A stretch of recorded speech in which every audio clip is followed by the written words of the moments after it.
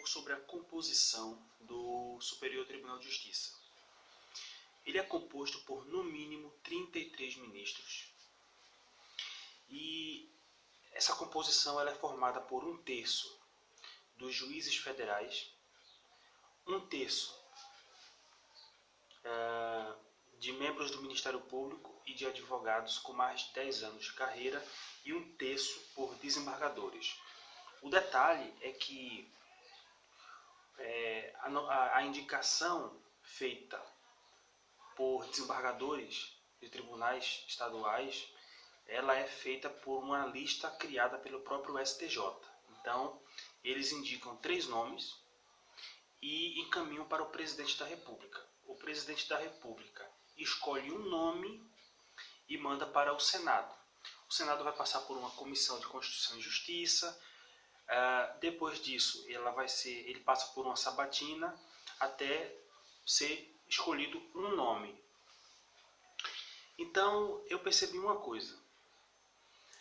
Em um estado qualquer, se um desembargador ele for, por algum motivo, parar no Conselho Nacional de Justiça, ou até mesmo se você reclamar ou denunciar para o presidente da República, você pode acabar causando graves prejuízos. Mas por que eu pensei nisso? Veja, existem desembargadores que eles não respeitam a Constituição Federal.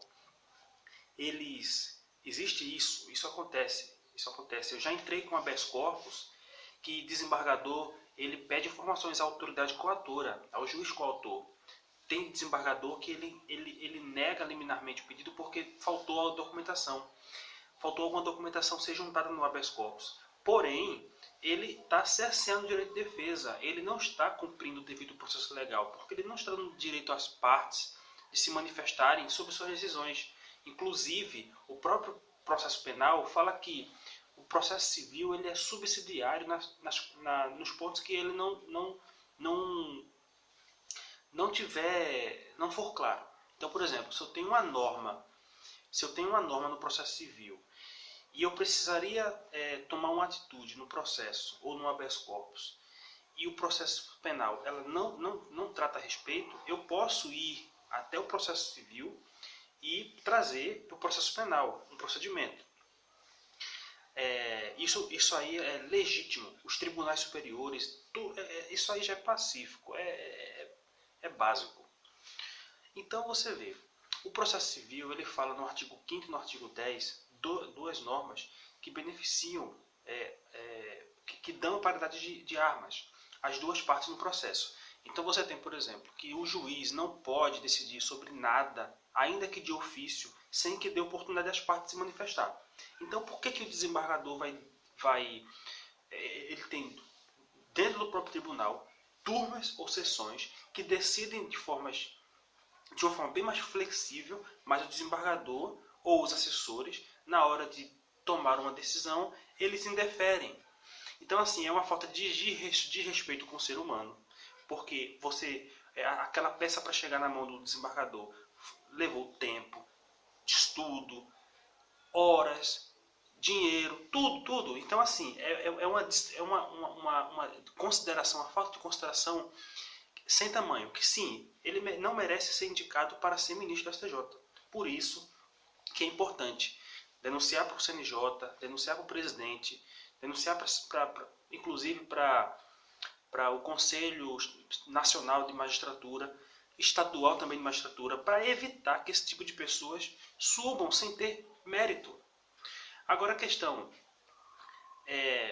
do número de ministros, são 33 ministros que compõem, no mínimo, o STJ. Basicamente, o STJ ele julga recursos especiais e recursos ordinários. Quem julga recurso extraordinário é o STF. Então, outro detalhe. Existem os prazos e alguns procedimentos. Engraçado que eu entrei com um habeas corpus e o próprio ministro ele intimou o juiz de origem da sentença intimou o juiz das execuções, intimou o Tribunal de Justiça, intimou a Defensoria Pública e o Ministério Público Estadual. Ele intimou todo mundo. Para quê? Para ele poder saber o que realmente estava acontecendo pelas alegações que eu levantei no habeas corpus. E sim, evidentemente que tudo que eu demonstrei está acontecendo. E eles vão ter que corrigir. Alguém vai ter que ser responsabilizado por isso. Porque parece besteira, parece que não tem nada demais, mas um erro judicial, seja qual for, se foi erro, ele tem que ser reparado. O que não se vê muitas vezes é a parte prejudicada processar o Estado pedindo uma indenização, uma reparação civil pelo erro. Como eles erram e não acontece nada, eles não se preocupam em melhorar. Então você imagina, por exemplo, um juiz de direito, um juiz de uma cidade pequena, ele condena uma pessoa e coloca uma pena que ele quiser, entendeu? Vamos supor que uma pessoa age em legítima defesa num homicídio. Ele praticou homicídio. O juiz bota lá o homicídio, pronto. Bota lá o homicídio qualificado, bota 12 anos para ele. Ele deveria pegar 6, em tese, eu estou falando em tese. Mas bota 12, sem problema não. Por quê? Porque ele pode recorrer, a Defensoria Pública pode apelar, pode reformar a sentença no tribunal e nada vai, não tem problema nenhum, né? Ele pode recorrer, então por que eu vou me preocupar se eu sei que se eu errar numa sentença, a parte recorre. E lá em cima ninguém me critica, ninguém me corrige. Porque os juízes têm o princípio de que eles têm o direito de julgar. E ninguém pode interferir no direito, na supremacia do julgamento, que é o mérito. Eles têm a prerrogativa de julgar. Mas julgar, sim, julgar, mas julgar de qualquer forma. Inúmeras sentenças que eu vejo no estado de Pernambuco. Quando chegam revisões criminais no tribunal, o desembargador diminui. Sempre diminui. Diminui 1 ano, diminui 6 meses, diminui 3 anos. Diminui. E por que ele diminui? Por que o problema, por que a questão não foi resolvida lá no tribunal, lá no juízo, no juiz de direito? Por que ele faz do jeito que ele quer, da forma como ele quer? Ele faz justamente porque ele sabe que nada vai afetar ele. Ele não vai se prejudicar em nada. A menos que alguém comece a denunciá-lo para a corregedoria, porque aí ele vai ficar impedido de ser indicado para se tornar no futuro um desembargador. Entendeu?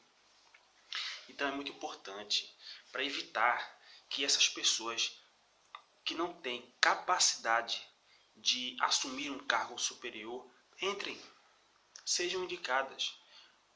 Então é isso. Eu acabei passando um pouco do assunto que eu iria abordar, mas foi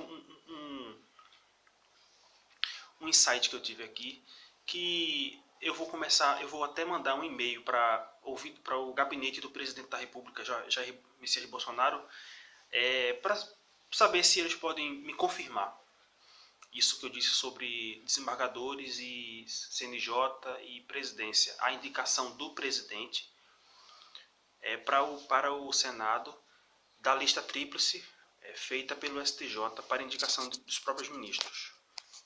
Até a próxima. E outra, eu vou deixar aqui na descrição do vídeo um link de uma maratona do último concurso.